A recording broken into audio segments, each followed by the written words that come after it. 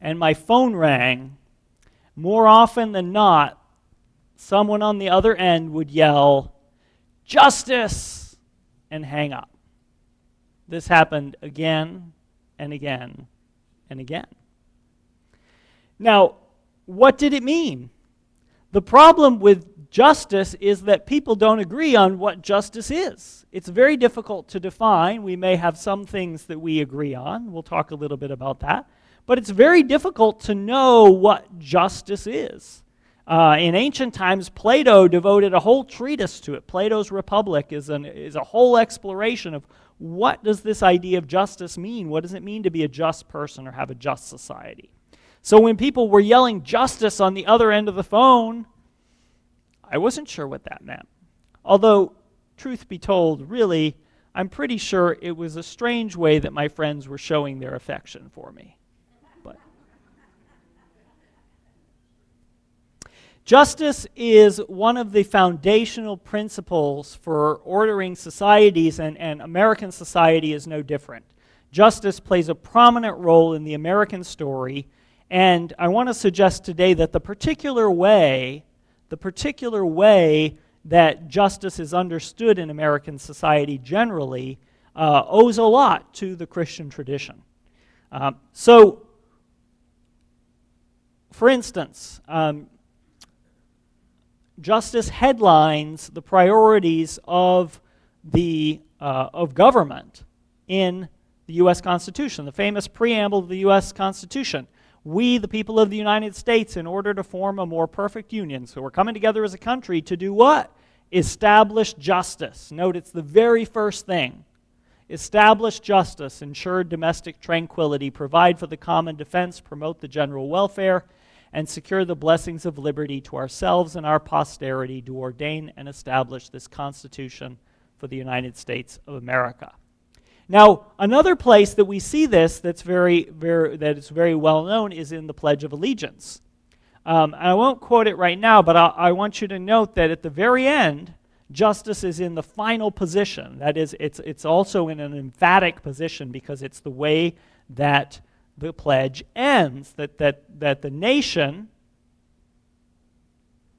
is devoted to justice for all, part of the meaning for all. By the way, the Pledge of Allegiance dates from 1892, and the original author, who is probably Francis Bellamy, there's some dispute about that, but he's the likely author of it, was actually a Baptist minister, although one with rather radical ideas. He considered himself a Christian socialist, interestingly. It's been adapted since his version a little bit. One of the changes is that in 1954, at the suggestion of Dwight Eisenhower, president at the time, that the phrase "under God" would be added to the pledge. Now, at the time, it was recognized that this wasn't a specifically Christian edition, but that other peoples could interpret this in their own ways as well. Maybe not atheists so much, but most folks. So this idea of justice as being foundational for a society is something that wasn't new with America. This has been recognized since ancient times, that if you want a society to be stable, well-organized, if you want people to prosper, there has to be some sort of justice. But, as I said before, it's hard to define. What is it exactly? And then once there is some understanding of what it is, we should say it's one thing to aspire to it, it's another thing to live it up to it. And we might ask, how well have nations generally done in their attempts to be just? So one of the most ancient, and maybe the most ancient expression of justice that we have writing is from the famous Code of Hammurabi, almost 4,000 years ago, ancient Babylonian.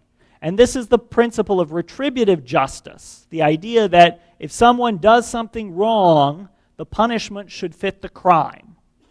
So this says, if a man destroys the eye of another man, they shall destroy his eye. Now, there's also one for your bones and so on. But the idea, or bones and teeth, I think, though there's also specific ones there. It seems very severe and very brutal, and there's some question as to whether this was actually done in practice all the time, or whether a monetary sort of or whether money or property could be substituted for the bodily harm in some cases.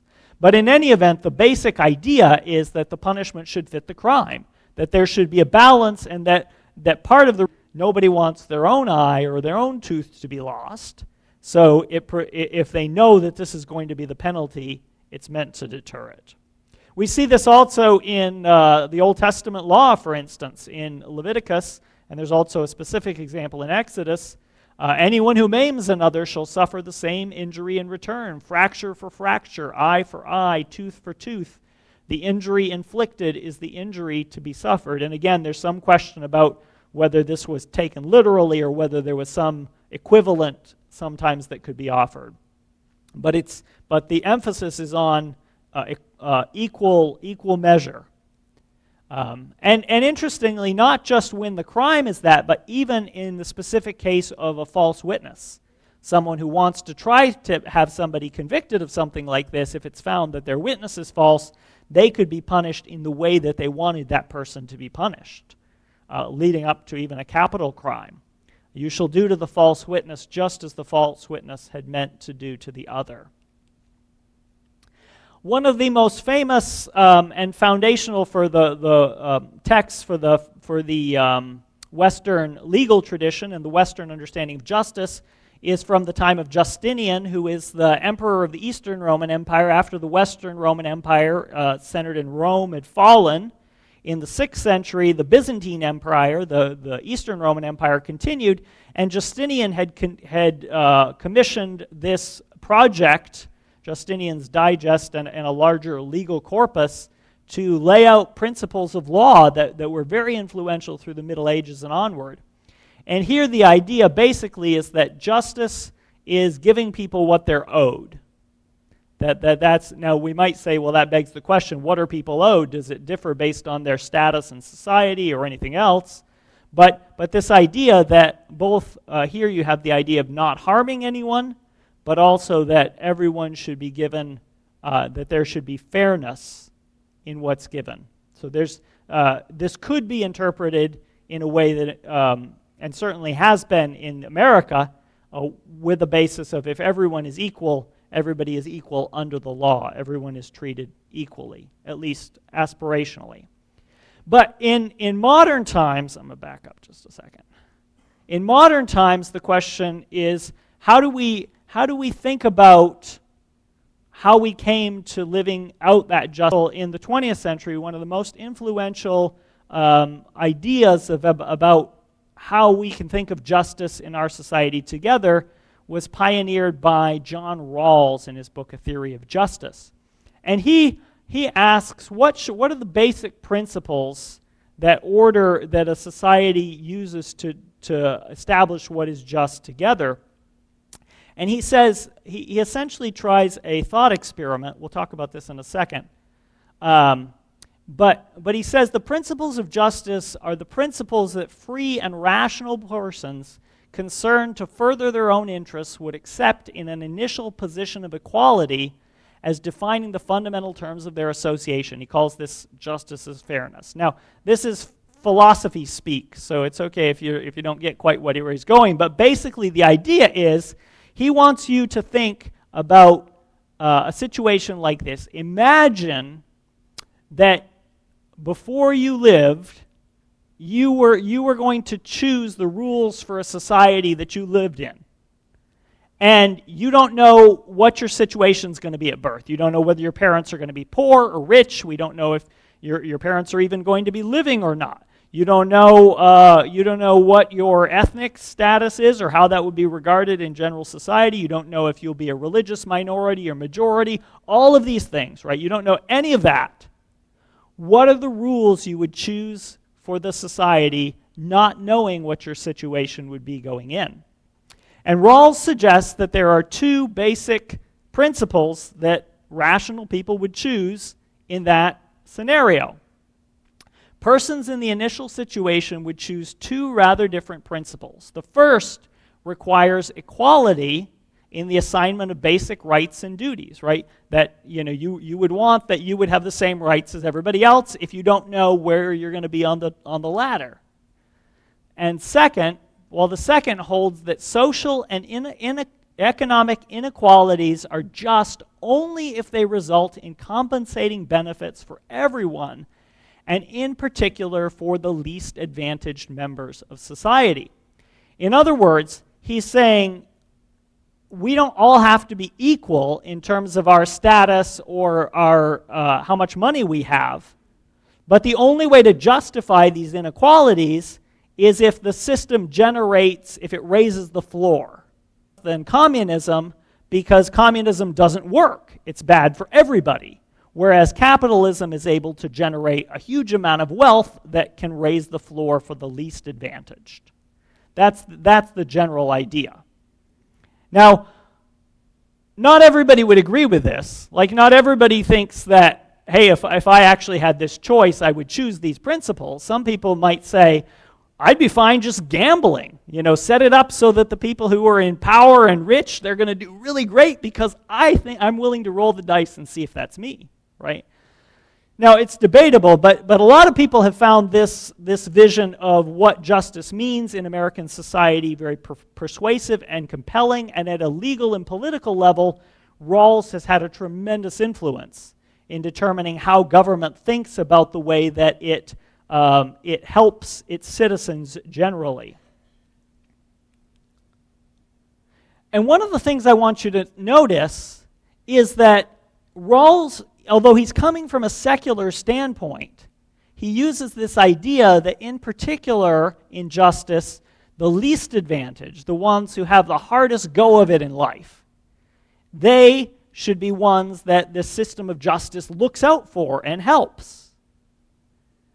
Now, there's nothing intrinsic in an idea of like retributive justice, the punishment fits the crime, that would necessitate that a person who has a tough go of it be helped.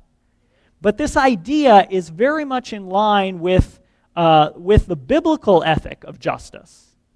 And I would suggest that Rawls and Americans generally have sort of taken in this idea of help for the unfortunate and the needy, and tried to implement it on a social scale in some way in America.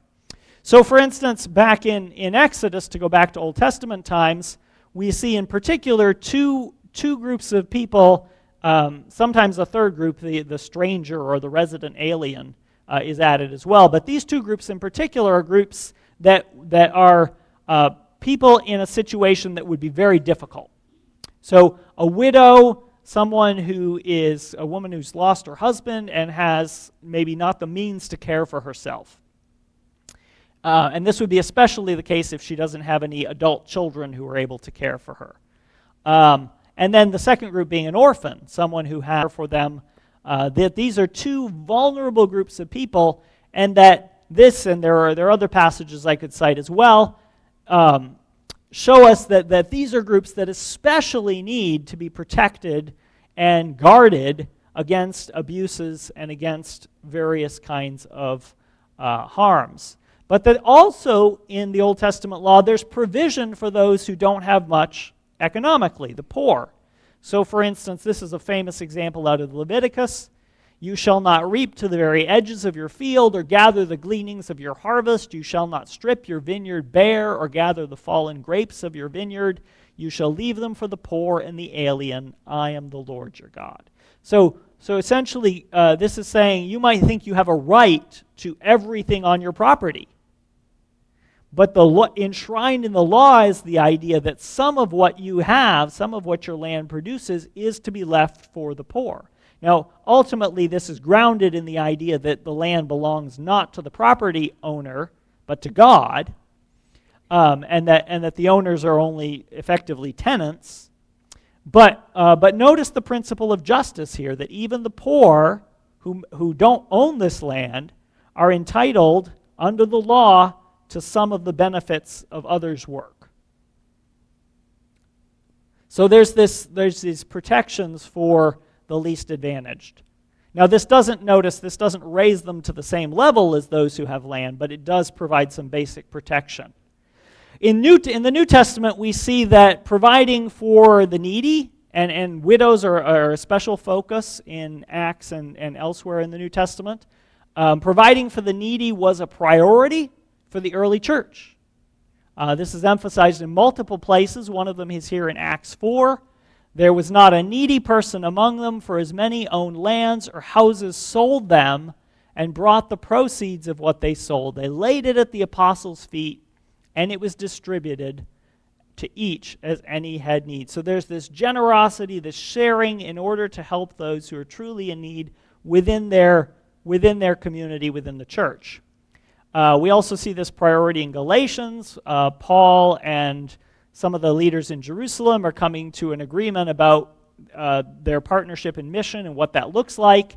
And Paul says, they asked only one thing, that we remember the poor, which actually was what I was eager. What this means, whether this means there are poor in the church in Jerusalem who are struggling, and they encourage Paul to help fundraise for that, which he does, or whether this is a more general principle about caring for the poor in their communities, because that is a priority. For instance, in James chapter 1, verse 27, notice the centrality of the care of the needy toward the practice of faithfulness to God.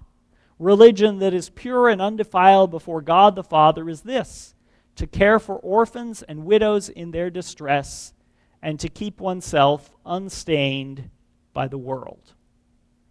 So this is a core value in Christianity, had tremendous influence in the way Christians lived out their mission in the world from that time until now. It's very different from what pagans were doing. Paganism was not oriented toward helping the poor.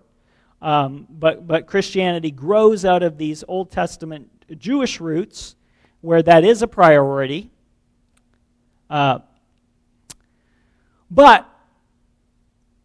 in spite of the generosity of people in the early church, the fact of the matter is they just didn't have the resources to help everyone. They couldn't meet everyone who wanted help.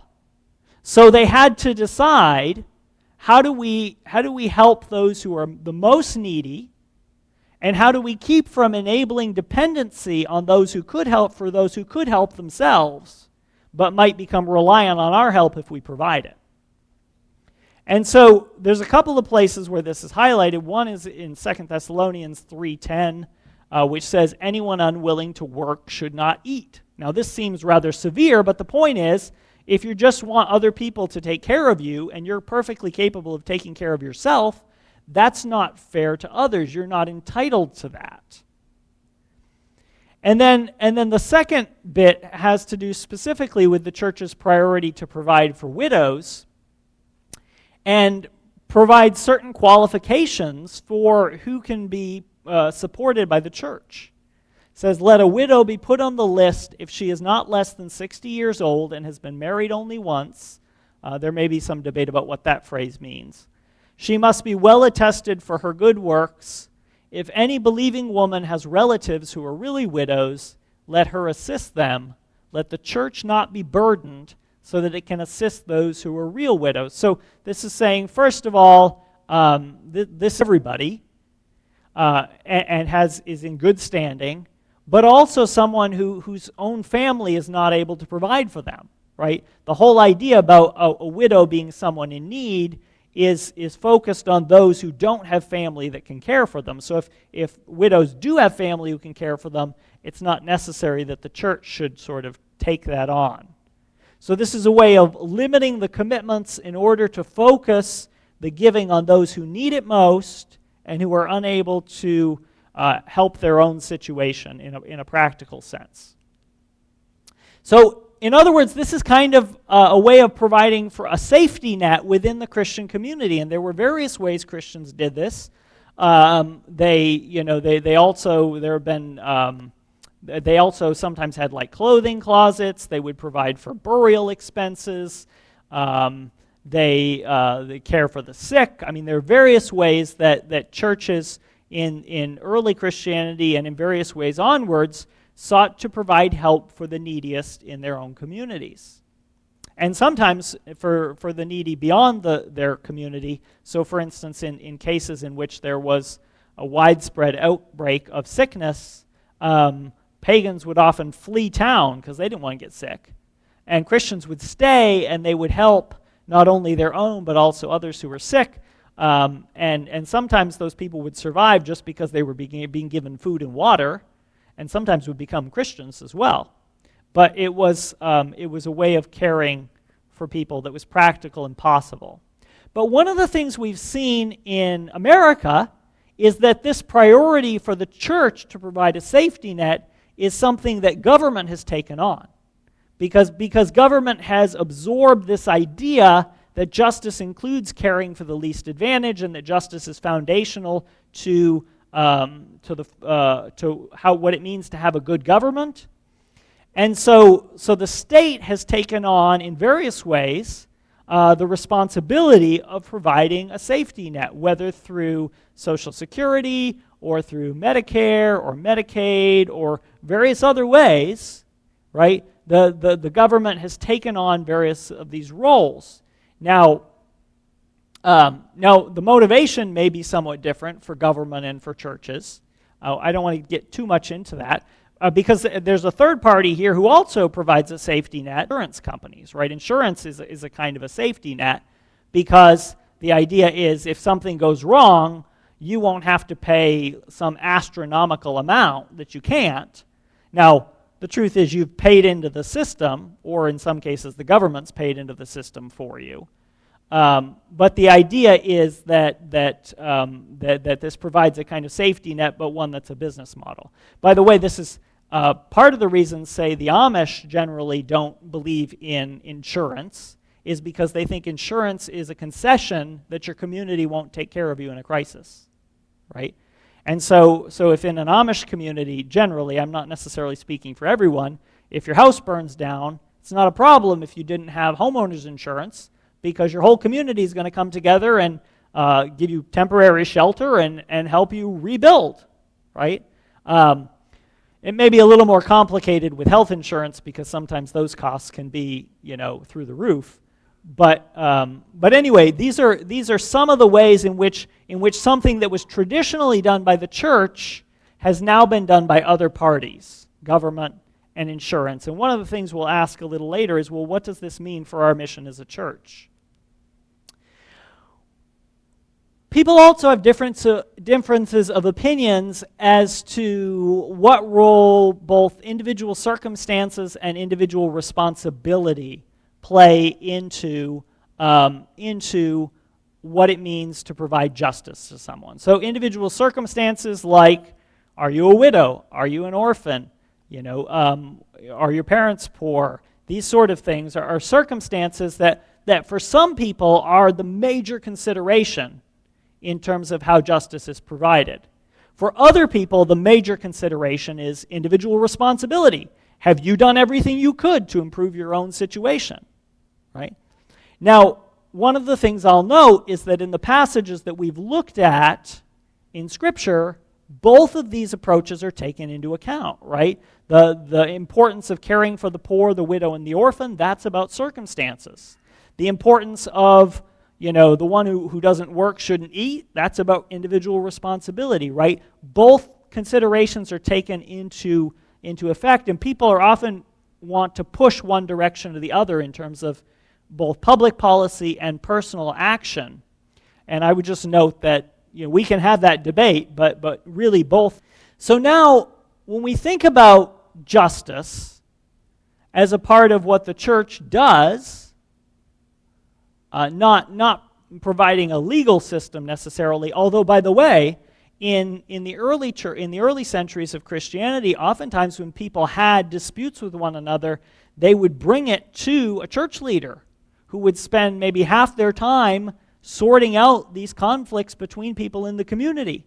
And this was a way, on the basis of 1 Corinthians 6, I'm not going to get into all that, that people chose to let their differences be adjudicated within the church rather than by some external third party, which might be pagan or secular. Pagan at that time. But in any case, this idea that a church, part of the church's mission is the provision of justice in terms of care for the least advantaged, we might ask, what does that look like?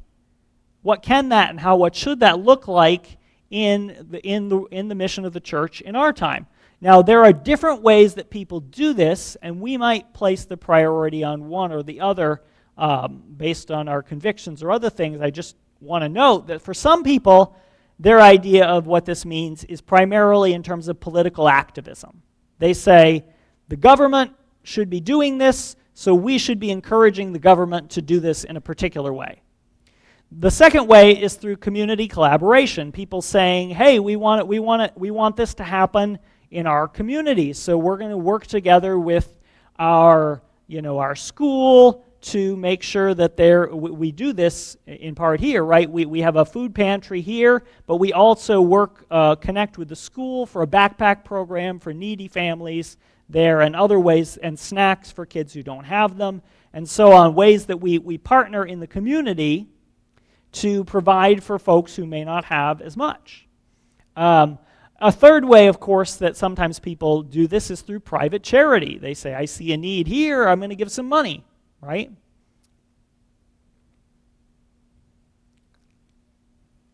Now, if you look back in the 20th century, there's a couple different strands in Christian, and let's say for right now just Baptist or Protestant thinking, because it's a whole different conversation if you get into what Catholics are doing. One strand, in the early 20th century, someone who became associated with what's known as the social gospel, and he thought it was very important and central to the mission of the church to be working for justice, both in society and in his personal conduct. And one of the things he notes in his book, Christianity and the Social Crisis, published in 1907, is that the working class have not as yet gained the impression that the church is a positive reinforcement to them in their struggle. The impression is rather the other way. So the question here is, does the church reinforce the status quo either by its action or its silence in a way that keeps people who are disadvantaged on the outside? Right? Rauschenbusch is saying that's the way people feel. And we may ask, is this true in our time as well? Generally speaking, churches in America, most of their membership, I think, statistically is drawn from the middle class rather than from the poor who have lower rates of church attendance. We might ask, why is that? There may be a variety of reasons, but I think the question is worth asking. However, others in the 20th century have felt that while social justice was important, churches should be careful not to make it the most important thing. So, for instance, one of the famous voices on this side of things is Billy Graham. Billy Graham acknowledged that there was need to help those who were in difficult circumstances, but he wanted to make sure that the church's highest priority was still evangelism, the transformation of the human heart. How can we truly care for others if we haven't changed ourselves to desire that? So he says, the greatest need in the world is the transformation of human hearts by the gospel. Notice the focus in need on spiritual need as a precondition to changing and helping on a physical level. And then I believe that one of the greatest social injustices we can do is to keep the gospel hidden. So Billy Graham wants to emphasize that evangelism comes first because that prepares the hearts of folks to want to engage in justice. And I will say that part of the legacy of Graham's ministries is not just the Billy Graham Evangelistic Association, but also Samaritan's Purse, which his son Franklin Graham leads, and which we participate in through Operation Christmas Child, but they also do disaster relief and this sort of thing. That Graham isn't for the mission of the church as the proclamation of the gospel. The other follows from it. Now, folks like Rauschenbusch might say, but does that really always happen in practice? You know, if you're proclaiming the gospel, does step 2 drop out? You know, or are people just focusing on number 1? So one of the questions is, is it an either or? Do we have to choose either evangelism or justice? Is there a way of emphasizing both? And we might ask, what does this look like in Jesus' own mission? because, of course, Jesus not only proclaimed the good news, he also healed people, he also fed people, he also showed hope to people who were socially marginalized by befriending them. So, and then, of course, we've looked at what this looks like in the early church as well.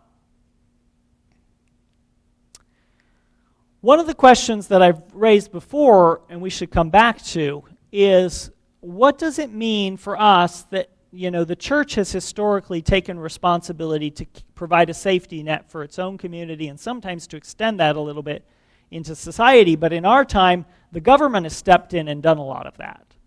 So what should be our attitude and our perspective to that? Should we just say, the government's doing this, it needs to do a better job, and here's how? I think that's an approach a lot of people take because we hear a lot about government on a federal level and maybe some extent on a state level too, and it's often treated as if this is the way things happen and the way things get fixed, or not fixed, as the case may be. So sometimes people have the attitude that this isn't our problem, this is the government's problem, so we're gonna leave it in their hands and we're just gonna try to shape it by the way we vote and what we say.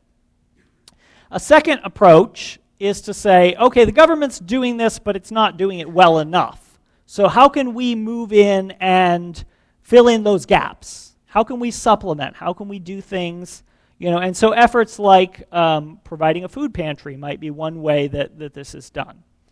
And then another way that sometimes people have thought about this is, well, if this is being done in our society but isn't being done in other countries that are desperately needy, places like, say, Haiti or some places in Africa, maybe, or other parts of the world, to say, well, then maybe that's where our resources should be. America are doing relatively better than folks in other parts of the world. Maybe we should be channeling our charity that way. For some people, that's compelling, and we do some of that as well. For instance, in Sunday school, we've been raising funds in recent years for programs that help the least advantaged in other parts of the world. So when we start sorting through this, it can be a little bit confusing. We can maybe feel like, well, I guess at the end of all this, I don't even really have a good definition for what justice is. Can we really agree on that? What does it mean? One of the things I'd emphasize is that here, not only the establishment of justice, but also the practice of generosity is very important. And in both generosity and in justice, the church in its action is trying to reflect and live out God's justice, but also God's grace, right? And in this way, fulfill or live out our commission from creation to be stewards of the world. And so when we seek to be generous, when we seek to pursue justice, what we're doing is putting this in God's hands and saying, we believe you can do more with this than we possibly could. So we entrust this to you in faith, but also in the pursuit of reflecting your goodness and justice into the world.